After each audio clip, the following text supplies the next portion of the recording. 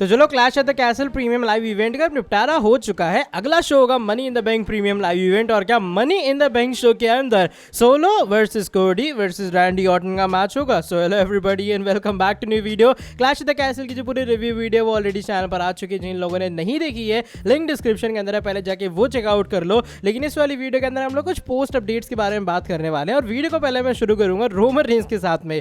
I know Roman Reigns clash at the castle का part नहीं थे, लेकिन फिर भी एक तरह का रोमन रेंस का नाम आया सामने क्लैश एट द कैसल के बाद, उनको लेकर भी चर्चा हो रही है। Because Damien priest Roman Reigns की तरह बनने का ट्राई कर रहे थे प्रेस कॉन्फ्रेंस के अंदर। ऐसा मेरा नहीं बल्कि ऑनलाइन फैंस का मानना है। देखो हुआ कि डेमियन प्रीस्ट आए प्रेस कॉन्फ्रेंस में और ऑफ कोर्स वो बात करते हैं उनके ट्रांजिशनल चैंपियन वाले कमेंट के बारे में। कहते हैं लोग ये समझते हैं कि भैया मेरे पास से टाइटल टेम्परेरी है, काफी जल्दी चली जाएगी। लेकिन डेमियन प्रीस्ट ने उन्हें गलत साबित किया है और वो ट्रांजिशनल चैंपियन नहीं है। और जैसे तुम्हें याद होगा कि रोमन रेंस अपनी प्रेस कॉन्फ्रेंस के अंदर क्या करते थे, वो पूरे जो मीडिया रिपोर्टर्स वगैरह बैठे होते थे उनसे कहते थे भैया एक्नॉलेज करो मुझे।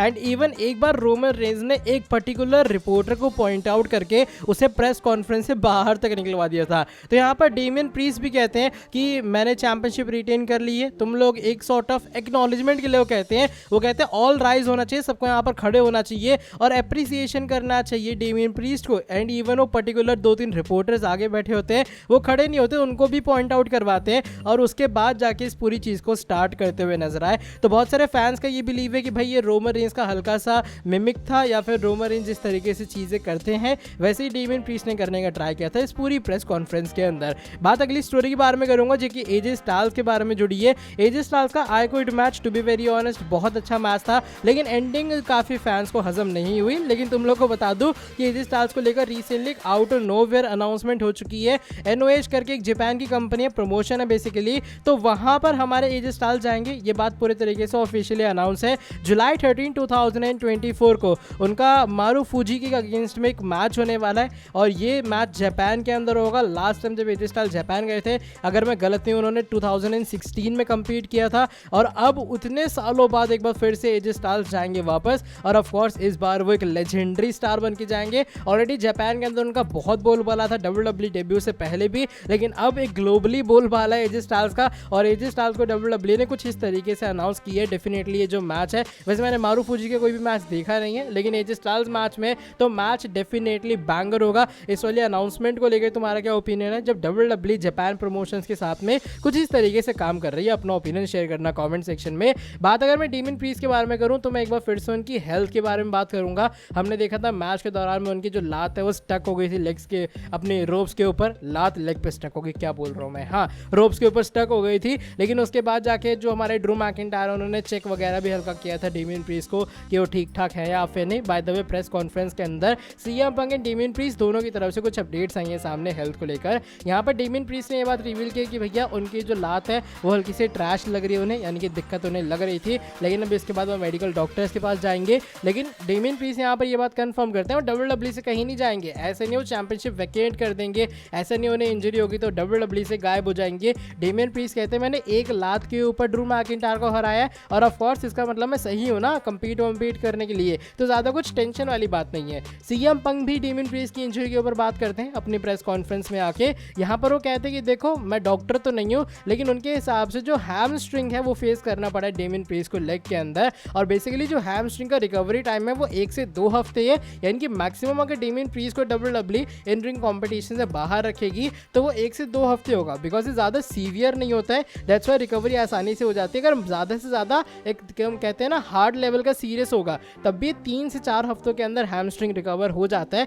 तो ये कुछ अभी फिलहाल अपडेट है WWE की तरफ से, अभी फिलहाल ऑफिशियल स्टेटमेंट आनी बाकी है। लेकिन ये कुछ बातें मैं डेमियन प्रीस्ट की हेल्थ को लेकर तुम्हें बता सकता हूँ। अब बात मैं सीएम पंक के बारे में कर रहा हूँ तो सीएम पंक ने कुछ और बड़ी चीज़ों का आंसर भी दिया इस प्रेस कॉन्फ्रेंस के अंदर। सीएम पंक ये बात क्लियर करते हैं कि भाई आके उन्होंने ड्रू मैकिंटायर को कॉस्ट किया, क्योंकि वो ड्रू मैकिंटायर को किसी भी हालत में जीतते हुए नहीं देखना चाहेंगे। वो कहते हैं वो ड्रू की तरह नहीं है कि लोगों को प्रे करें इंजरी के लिए, वो डेमियन प्रीस्ट के लिए भी कभी इंजरी के लिए प्रे वगैरह नहीं करेंगे। वो ड्रू मैकिंटायर की भी वेल्थ का हमेशा कहेंगे अच्छी रहे, लेकिन चैंपियनशिप जीतना ये सारी अचीवमेंट सीएम पंक जो है वो किसी भी हालत में नहीं पूरी होने देंगे ड्रू मैकिंटायर की, क्योंकि एक तरह का वो कहते हैं ना चिढ़न है अंदर सीएम पंक के, तो वो वाली चीज एक तरह का बार बार प्रोवोक करती है अंदर से सीएम पंक को कि वाकई मैकिंटायर को कॉस्ट करें। एक रिपोर्टर ये बात कहते हैं कि भैया चलिए मान लीजिए आपका काफी जल्दी पूरा रिकवरी वगैरह हो जाती है, आप इंडियन कंपटीशन के लिए तैयार हो जाते हैं, तो क्या जो ड्रू मैकिंटायर के खिलाफ आपका मैच होगा आपकी राइवलरी को देखते हुए एक हेल इन अ सेल मैच हो सकता है। तो यहाँ पर सीएम पंग ने उस रिपोर्टर की जमकर बेइज्जती की है।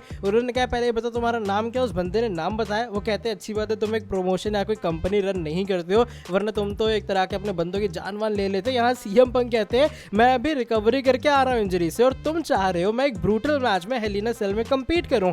मतलब अगर इंजरी ना होनी हो तब भी दोबारा हो जाए, ऐसे को सीएम पंग यहाँ पर कहते हैं। और उन्होंने इस बात के लिए एटलीस्ट डिक्लाइन कर दिया कि उनका रिटर्निंग मैच हेल इन अ सेल मैच तो नहीं होगा, बिकॉज ऑलरेडी कुछ बातें आ रही थी कि सीएम पंग वर्सेस ड्रू मैकिंटायर का जो मैच है वो हेल इन अ सेल के अंदर होगा। तो यहाँ पर उस बात को डिक्लाइन किया है सीएम पंग ने। हाँ ऑफ कोर्स अगर पूरे तरीके से फिट एंड फाइन हो जाते हैं, मतलब 3-4 महीने तक वो लगातार कंपीट कर रहे हैं, तो उसके बाद जाके मैच हो सकता है। लेकिन अगर तुम कहो अभी रिकवरी हुई है अभी आके वो हेल इन अ सेल में कंपीट कर ले, तो सीएम पंग ने कहा भैया ऐसा वो नहीं करने वाले, और ऐसा वो करना भी नहीं चाहेंगे ताकि उन्हें कोई इंजरी वगैरह और सफर करनी ना पड़ जाए। बात अब करते हैं आज की हमारी फाइनल स्टोरी के बारे में, जो कि इस बार हमारे अनडिस्प्यूटेड चैंपियन कोडी रोड्स के बारे में जुड़ी है। कोडी रोड्स स्टिल चैंपियन है, लेकिन जैसे ही पूरा मैच खत्म हुआ आगे ब्लड लाइन ने उनके ऊपर हल्ला बोल कर दिया आए Kevin Owens and Randy Orton बचाने के लिए। लेकिन रैंडी ऑर्टन की भी जो नजरें हैं वो चैंपियनशिप के ऊपर ही थोड़ी बहुत दिख रही थी। इसके बाद ऑफ कोर्स ये बिलीव है कि WWE वाले ऑर्टन वर्सेस रोड्स का मैच करवाएंगे। लेकिन एक जो सबसे बड़ा क्वेश्चन है या फिर जो कंफ्यूजन है वो ये है कि सोलो भी इन्वॉल्व है, रैंडी ऑर्टन भी टीज कर रहे हैं, तो क्या WWE वाले मनी इन द बैंक के अंदर एक ट्रिपल थ्रेड मैच करवाएंगे? क्या अब Cody Rhodes versus solo versus Randy Orton का मैच होने वाला है? तो इस वाले कंफ्यूजन को लेकर जो बातें आ रही सामने वो ये कि WWE ऐसे नहीं प्लान करेगी। ऐसा हो सकता है कि पहले सोलो का अपोनेंट जो है या फिर सोलो का जो मैच है वो होगा कोडी के साथ में मनी इन द बैंक के प्रीमियम लाइव इवेंट के अंदर, and later on WWE summer slam के लिए सेटअप करने वाली है Cody Rhodes versus Randy Orton का मैच। पोटेंशियल सिनेरियो ये हो सकता है कि मान लो जो रैंडी ऑर्टन है वो आते हैं, ब्लड लाइन को पूरा हार वार जाती है, सोलो हार जाते कोडी से, लेकिन उसके बाद भी वो कोडी पे अटैक करते, तो पहले ऑर्टन आके हो सकता है कोडी को बचा ले मनी इन द बैंक के अंदर, लेकिन वही उसके बाद हील टर्न कर ले वहां पे और अटैक कर दे और एक चैंपियनशिप अपॉर्चुनिटी की डिमांड कर दे। यानी कि WWE ट्रिपल थ्रेड नहीं जाएगी, दो बड़े सिंगल्स मैचेस जब बन रहे हैं तो ऑफ कोर्स ट्रिपल एच उस ऑप्शन के साथ जाना ज्यादा प्रेफर करने वाले हैं। बाकी देखो क्या होता है। फिलहाल ये कुछ अपडेट मैं तुम लोगों को दे सकता हूं कि ट्रिपल थ्रेड मैच नहीं होगा, जबकि WWE दोनों चीजों को सेम टीज कर रही है। तब भी जो ऑर्टन वर्सेस रोड का फ्यूड है वो समर स्लैम तक स्ट्रेच होगा, एंड जो सोलो वर्सेस कोडी का मैच है वो आने वाले premium live event money in the bank के अंदर ही तुम्हें दिखाई देगा। तो चलो ये तो कुछ अपडेट थी आज वाली वीडियो के लिए, बाकी और भी वीडियोस आज चैनल के ऊपर आने वाली, तो उसके लिए स्टे ट्यून रहना। चलो by the way that is it for today video. अगर तुम लोग को ये वाली वीडियो पसंद आई है वही पुराना काम करो, नीचे वीडियो को लाइक कर देना, चैनल को सब्सक्राइब कर देना और बेल नोटिफिकेशन को भी कर देना ऑन। अब मैं तुमसे मिलता हूँ आगे नेक्स्ट वीडियो के अंदर बहुत ज़्यादा जल्दी। Till then bye bye, take care.